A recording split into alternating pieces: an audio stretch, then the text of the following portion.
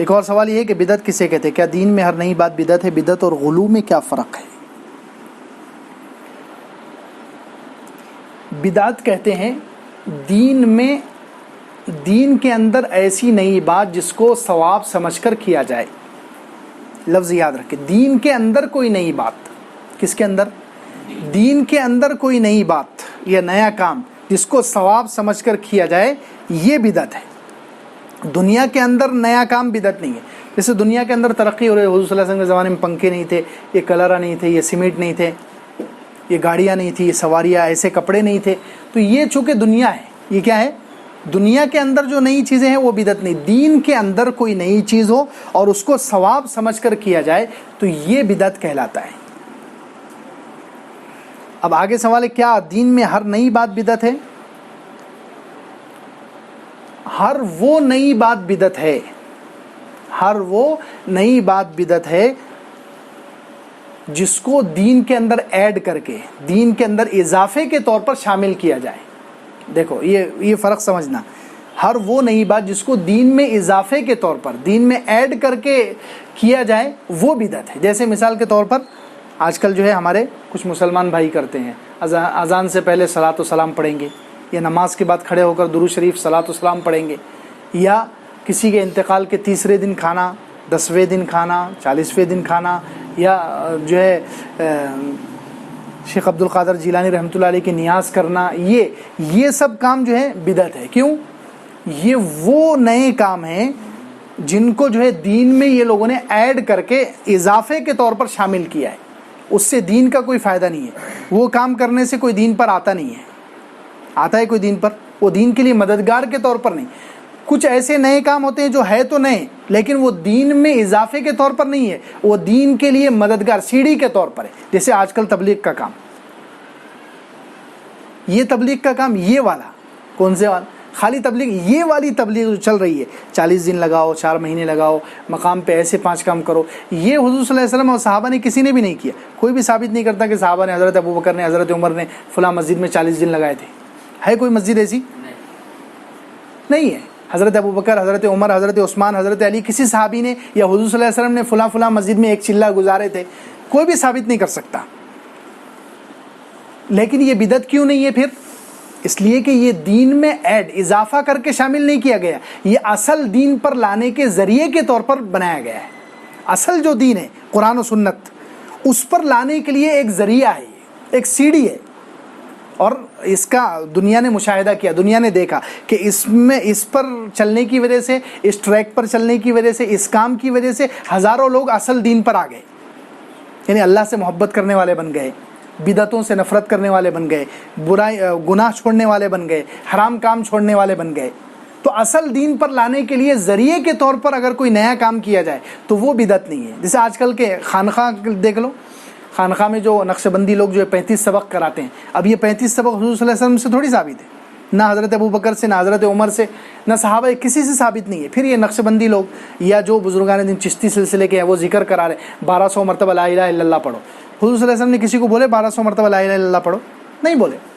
تو یہ جو ہے نیا کام تو ہے لیکن بدعت اس لیے نہیں ہے کہ یہ اصل دین کے اندر ایڈ کر کے چالو نہیں کیا گیا ہے، دین میں اضافہ کر کے چالو نہیں کیا گیا. یہ دین اصل دین پر لانے کے لیے مددگار کے طور پر شروع کیا گیا. اس کی ایک دنیاوی حساب سے مثال لے لو. ایک ڈاکٹر کے پاس گئے، ڈاکٹر نے آپ کو 3 گولیاں لکھ کر دی کاغذ پر. کتنی گولیاں؟ 3 گولیاں لکھ کر دی.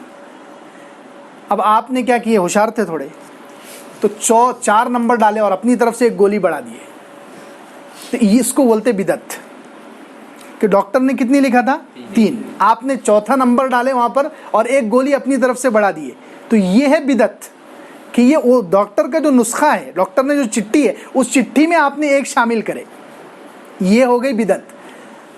اب جو دین میں مدد کے طور پر شروع کیا جا رہا ہے کہ ڈاکٹر نے آپ کو چٹھی دیا، آپ نے وہ چٹھی لے کر آئے، اس میں لکھا ہوا تھا کہ آپ جو ہے ڈاکٹر نے بولا آپ کو کہ یہ 3 دوائیں لینا ہے آپ کو اور گھر پر لے جا کر تیار کرنا ہے. تو آپ نے اس کے لیے اسٹو لائے، اس کے اندر اسٹو لکھے والا نہیں تھا، اس میں آپ نے گیس چالو کرے، یا آپ جو ہے گاڑی پر بیٹھ کر فلاں میڈیکل پر گئے، یہ بہت ساری چیزیں اس میں لکھی ہوئی نہیں تھی لیکن آپ نے وہ کام کرے. تو یہ بدعت نہیں ہے. کیوں؟ اس لیے کہ یہ ڈاکٹر کے نسخے میں آپ نے اضافہ تو کیے لیکن مدد کے طور پر کیے. کس کے طور پر کیے؟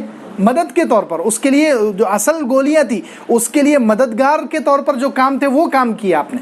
تو یہ بدعت نہیں ہے. ہاں وہ کام جو آپ نے اپنی طرف سے چوتھی گولی شامل کر دی یہ بدعت ہے. تو ایسے ہی دین کے اندر بھی دیکھو بہت سارے کام وہ رہتے جو نئے ہیں لیکن بدعت اس لیے نہیں ہے کہ وہ دین میں ایڈ کر کے یا جو ہے دین نعوذ باللہ ناقص تھا تو ہم اس کو مکمل کر رہے یہ بول کر ثواب کا کام بول کر یا حضور صلی اللہ علیہ وسلم کی سنت بول کر شروع نہیں کیے جاتے. وہ صرف اس لیے شروع کیے جاتے ہیں کہ اس کے ذریعے سے لوگ دین پر اصل دین تک پہنچیں گے. تو یہ بدعت نہیں ہوتا. سمجھ میں آ گیا؟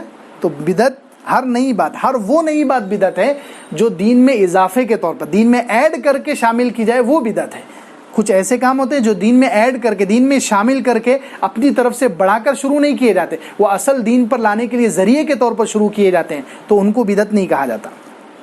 ایسے کام تو صحابہ کرام نے بھی کیے. جیسے مثال کے طور پر حضرت ابوبکر نے قرآن جمع کرے. اب حضور صلی اللہ علیہ وسلم نے جمع کرے تھے کیا؟ حضور صلی اللہ علیہ وسلم کے زمانے میں کسی کے پاس 1 آیت 2 آیت 5 آیت، کسی کے پاس 1 سورت، سب قرآن الگ الگ بکھرا ہوا تھا.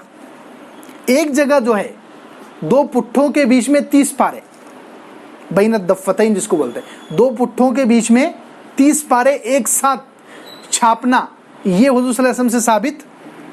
لیکن کس نے کیا اس کو؟ حضرت ابوبکر نے کرے، پھر حضرت عثمان نے کرے، صحابہ نے کرے اس کو. اور صحابہ نے جب حضرت ابوبکر نے شروع کرے تو حضرت زید بن ثابت جو صحابی انہوں نے اعتراض بھی کرے. انہوں نے یہی بات بولے کہ حضور صلی اللہ علیہ وسلم نے وہ کام نہیں کرے، آپ کیسا کر رہے وہ کام؟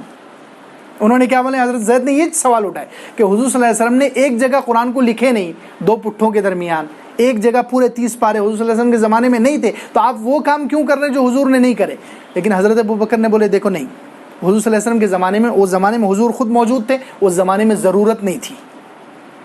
کیونکہ اگر کہیں بھی کچھ پارے گم بھی جاتے تھے تو حضور تو موجود تھے نا، صاحب وہی فوراً اللہ کی طرف سے وہی آئے، حضور صلی اللہ علیہ وسلم کے سینے میں خود موجود ہے تو حضور صلی اللہ علیہ وسلم لکھا دیتے تھے. لیکن اب حضور نہیں ہے، اب وہی نہیں آنے والی ہے. اب اگر گم گئے تو مسئلہ ہو جائے گا.